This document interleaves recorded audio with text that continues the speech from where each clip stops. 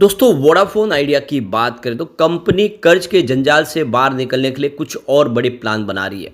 अब आपको ये पता ही होगा कि वोडाफोन आइडिया के ऊपर बहुत ज़्यादा भारी भरकम कर्ज है। स्पेशली अगर आप देखें तो जो टावर कंपनियां उनको पैसे तुरंत ही चुकाने होंगे, वरना वो उनकी जो सर्विस है उसको बंद कर सकते हैं और ये सबसे बड़ी प्रॉब्लम हो सकती है और ऐसे में जो कस्टमर है वो भी चले जा सकते हैं।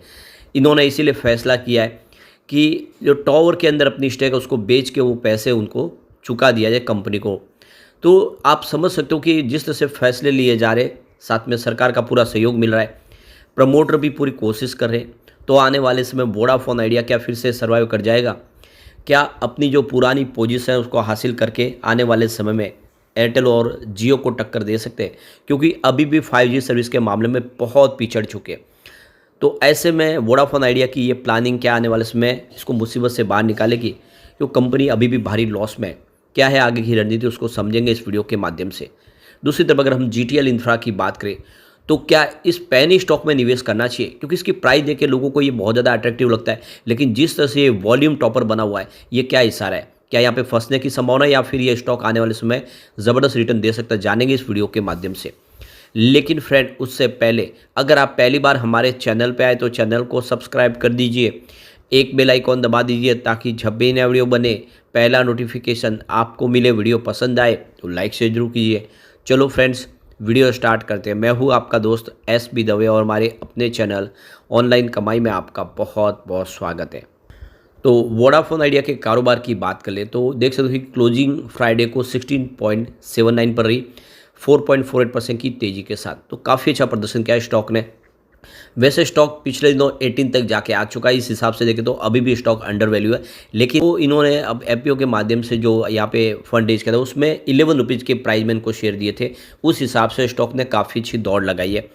और इस बार टेलीकॉम टावर कंपनी को भी 14.80 के प्राइस से वो शेयर अलॉट कर रहे हैं। अब यहाँ पे इसकी परफॉर्मेंस देखें तो पिछले 5 सालों में इसने 38% का पॉजिटिव रिटर्न दिया है। 3 ईयर की बात करें इसने 77% का पॉजिटिव रिटर्न दिया है, जो कोई खास नहीं, यानी ये प्रतिशत जो देखे के हिसाब से 100 से काफ़ी नीचे है। लेकिन पिछले 1 साल में जिसने निवेश किया उसको काफ़ी अच्छा रिटर्न मिला है, 114% का, यानी उनका जो इन्वेस्टमेंट है वो डबल से ज़्यादा हुआ है। पिछले 3 महीनों में 27% की तेजी बनी है, लेकिन पिछले 1 महीने में 26% का शानदार रिटर्न दिया, यानी जिसने महीने भर पहले निवेश किया उसको ज़बरदस्त रिटर्न यहाँ पे मिलता हुआ दिखाई देगा। और एक दिन के हिसाब से 4.5% के आसपास की तेजी है। अब यहाँ पे वोडाफोन आइडिया की तरफ से जो एक्सचेंज को जानकारी दी गई है कि वोडाफोन आइडिया बुधवार 19 जुलाई 2024 को 4 बजे शाम को अपनी EGM बुलाने जा रही है। ऑडियो वीडियो कॉन्फ्रेंसिंग के माध्यम से EGM होगी, जिसमें जो कंपनी ने जो रेजोल्यूशन पास किए उसकी शेयर होल्डर की रजामंदी लेनी है। तो ई वोटिंग के लिए जो यहाँ पे जो लाइन खुलेगी वो देखो सैटरडे 6 जुलाई 2024 को सुबह 9 बजे खुलेगी। और देख दो कि 9 जुलाई मंगलवार को शाम को 5 बजे तक जो भी शेयर होल्डर है वो इस वोटिंग राइट का इस्तेमाल कर पाएंगे। तो अप्रूवल लेनी है क्योंकि कंपनी अपने वेंडर्स को इक्विटी शेयर जारी करना चाहते हैं प्रेफरेंशियल बेसिस पे। अब आप देख सकते हो कि कंपनी इस पूरे कर्ज को कैश में तो चुका नहीं सकती है, तो वेंडर को अगर पैसे नहीं देंगे तो वेंडर आने वाले समय उनको सेवाएं नहीं दे पाएंगे। और इसीलिए वो देख सकते हो कि नोकिया और एरिक्सन का सेटलमेंट करना चाहते हैं उनको इक्विटी शेयर जारी करके। और यहाँ पे देख सकते हो कि 14.80 की प्राइस रखी गई है, 10 रुपये इसकी स्टॉक की फेस वैल्यू है। तो बिल्कुल वेंडर भी मान चुके हैं, वेंडर को यहाँ पे शेयर जारी किए जाएंगे और इसकी जो मंजूरी है वो शेयर होल्डर से लेनी है। तो बिल्कुल शेयर होल्डर भी इसको मंजूरी देंगे, क्योंकि वोडाफोन आइडिया को इस समय सबसे बड़ी प्रॉब्लम है वो है पैसों की तंगी। जिस तरह से वो बिजनेस आगे नहीं बढ़ा पा रही, उनकी 4G की सर्विस भी पूरी तरह से शुरू नहीं हो पाई सब जगह पे, और 5G में तो बिल्कुल वो पिछड़ ही गए। और ऐसे में अब वो जो इनके 2 वेंडर्स हैं उनको वो पैसे चुकाना चाहते हैं और इसके लिए इक्विटी जारी करेंगे। तो यहाँ पे इसके लिए EGM बुलाएगी और इसमें जो भी शेयर होल्डर है वो अपने मत का इस्तेमाल करके अपने वोटिंग राइट के माध्यम से इस डील को और इस प्रस्ताव को पास कराने में मदद करेंगे। यहाँ पे जो बड़ी अपडेट निकल के आ रही है, वोडाफोन आइडिया अपने वेंडर्स को और भी शेयर जारी कर सकते हैं, यानी इक्विटी और दे सकते हैं आने वाले समय में।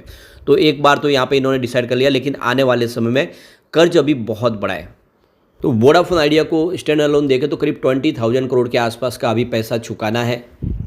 तो एक बार जो ये शेयर होल्डर की रजामंदी मिल जाए और इस बार जो प्लान पास किया है वो 14.80 की प्राइस से अगर वेंडर को शेयर जारी कर दिया जाए तो फिर आने वाले समय और डिसाइड किया जाएगा कि जो वेंडर्स हैं उनको और भी इक्विटी जारी की जाए और इस तरह से वेंडर का जो पैसा है उसको चुकाने की कोशिश की जाए। तो कुल मिला के फैसले बहुत सारे किए जा रहे हैं, जिससे लग रहा है कि आने वाले समय वोडाफोन आइडिया की जो मुसीबतें हैं वो कम हो सकती है। इसके अलावा देखें तो यहाँ पे इसी सप्ताह ब्लॉक डील के माध्यम से इंडस टावर की जो पूरी हिस्सेदारी है वो बेचना चाहते हैं ओपन मार्केट में, और इससे $2.3 बिलियन का उनको फंड मिल जाएगा। और ये जो पैसा है यह आने वाले समय में जो टावर कंपनी का ड्यूज है उसको चुकाने में भी काम आ जाएगा। तो करीब 21.5% की स्टेक है इंडस टावर में वोडाफोन आइडिया की, और वो चाहते हैं कि ये जो वोडाफोन आइडिया अपनी हिस्सेदारी बेच दे और इंडस टावर के जो भी रकम मिले उसका इस्तेमाल जो बकाया ड्यूज है उसमें करे।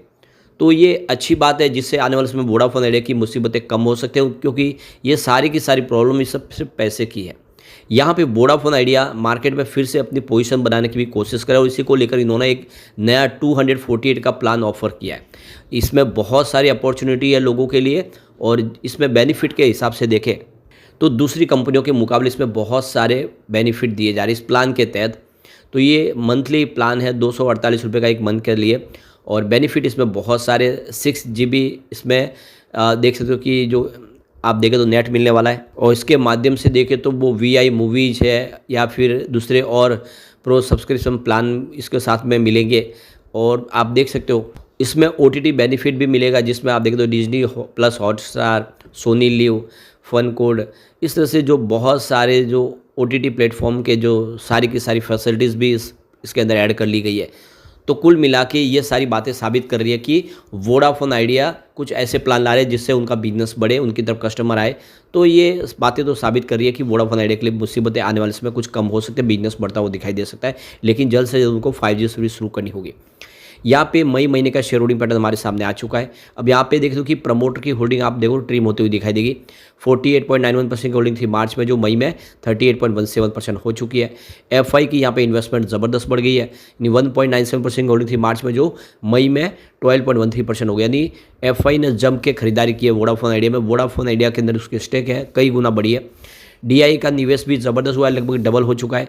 2.20% की होल्डिंग थी मार्च में, जो मई में 5.46% हो चुकी है। यानी FI DI दोनों ही इसमें जम के खरीदारी कर रहे हैं। गवर्नमेंट की होल्डिंग यहाँ पे ट्रिम हुई है। 32.23% की होल्डिंग थी मार्च में, जो मई में 23.80% हो गई है। साथ में जनरल पब्लिक की होल्डिंग भी बढ़ी है। 14.69% की होल्डिंग थी मार्च में, जो 20.41% हो चुकी है। तो अगर आप लॉन्ग टर्म इन्वेस्टर है तो यहाँ पे एक अच्छा मौका है कि अब वोडाफोन आइडिया में दाव लगाए। जिस तरह से एक के बाद एक कोशिश की जा रही है, यह आने वाले समय स्टॉक फिर से अपनी पुरानी हाई को टच करने की ताकत रखता है। जो अकेला आइडिया था 100 रुपये के ऊपर ट्रेड करता था। अब चलते हैं GTL इंफ्रा की तरफ। तो 2.14 पर क्लोजिंग थी, 5% का अपर सर्किट लगा, लेकिन इसमें सबसे जो बड़ी गौर करने वाली बात है कि भारी वॉल्यूम में कामकाज हो रहा है। पूरे बाजार में वॉल्यूम के मामले में नंबर 2 पे था, 1 नंबर पे वोडाफोन था। तो ये छोटा पेनी स्टॉक में इतना भारी वॉल्यूम हो रहा है, उसके पीछे वजह क्या है? अब इसकी परफॉर्मेंस देखें तो पिछले 5 सालों में जिसने निवेश किया उसको 185% का पॉजिटिव रिटर्न मिला है। 3 ईयर की बात करें उसमें 64% की तेज़ी बनी है। पिछले एक साल में 151% का इसने पॉजिटिव रिटर्न दिया है। 3 मंथ की बात करें उसमें 22% की तेज़ी बनी है। पिछले एक महीने में देखें तो 38% का इसने पॉजिटिव रिटर्न दिया है, और वन डे के हिसाब से 5% की तेज़ी है। अब इसमें गौर करने वाली बात है कि यह स्टॉक पिछले 2-4 सालों में जिसने निवेश किया हुआ उसको कोई ज़्यादा फायदा नहीं हो रहा है, क्योंकि स्टॉक की जो प्राइस है 1 रुपीज़ के आसपास ही थी, अभी 2 रुपये के आसपास है। अप डाउन इसमें जारी रहती है। लेकिन जो सबसे बड़ी प्रॉब्लम है इस स्टॉक की कि ये जो भारी भरकम वॉल्यूम में कामकाज हो रहा है, यह इसके लिए बहुत बड़ा रिस्क भी है। क्योंकि यहाँ पे देखो मार्केट मोजो की तरफ से GTL इंफ्रा में स्ट्रॉन्ग सेल की ही यहाँ पे कॉल दी है। उनके हिसाब से स्टॉक में यहाँ पे बहुत ज़्यादा तेज़ी बनी, और ये एकदम लगातार फिर गिरावट के चपेट में आ सकता है, और ये पिछली बार कई बार हमने देखा है। तो यहाँ पे कुछ जो बड़ी डील हुई है करोड़ों शेयर की, वो इशारा करे कि इसमें ऑपरेटर पूरी तरह से एक्टिव है। सुबह 10:02 पर यहाँ पे 2.05 की प्राइस से 2,32,47,000 शेयरों की बम्पर बिकवाली किसी ने करोड़ों शेयर खरीदे। उसके बाद 10:55 पर 2.05 की प्राइस से 1,27,29,000 शेयरों की एक फिर से बम्पर खरीदारी हुई, और फिर उसके बाद 11:02 पर 2.14 की प्राइस से 2,35,33,000 शेयरों की बम्पर खरीदारी हुई।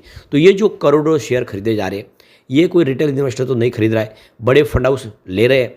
और इसमें आपको ध्यान रखना है कि जब इतनी करोड़ों की शेयरों की खरीदारी होती है और उसमें अगर 10 पैसे का भी मूवमेंट होता है तो उनको लाखों रुपए मिलते हैं।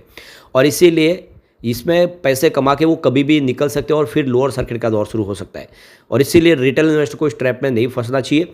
यह पूरी तरह से इस समय ऑपरेटर के हाथ में स्टॉक है और इसी वजह से इतना भारी भरकम वॉल्यूम हो रहा है, पर रिस्क बहुत ज़्यादा हो जाता है क्योंकि कंपनी तो फंडामेंटली बहुत कमज़ोर है, कंपनी में भारी भरकम कर्ज है, लॉस में भी कंपनी है और इसीलिए रिटेल इन्वेस्टर के लिए यह एक तरह से लॉटरी का टिकट है। अब ऑपरेटर इसको लंबे खींचते हुए 3 रुपये 4 रुपये भी कर सकते हैं या फिर आने वाले इसमें फिर 1 रुपये से नीचे चला जाए, इसलिए आपको इसमें संभल के ही निवेश करना चाहिए। मेरे हिसाब से बहुत ज़्यादा रिस्की स्टॉक है, इसीलिए आप अपने हिसाब से देख के इसमें रणनीति बनाएं। लेकिन फ्रेंड, कोई भी इन्वेस्टमेंट करने से पहले अपने फाइनेंशियल एडवाइस बड़े ले ले या अपना खुद का रिसर्च करें, क्योंकि मैंने वीडियो आपके एजुकेशनल पर्पज़ के लिए ही बनाया। वीडियो पसंद आए तो लाइक से जरूर कीजिए और चैनल को सब्सक्राइब कर दीजिए। Thank you friends.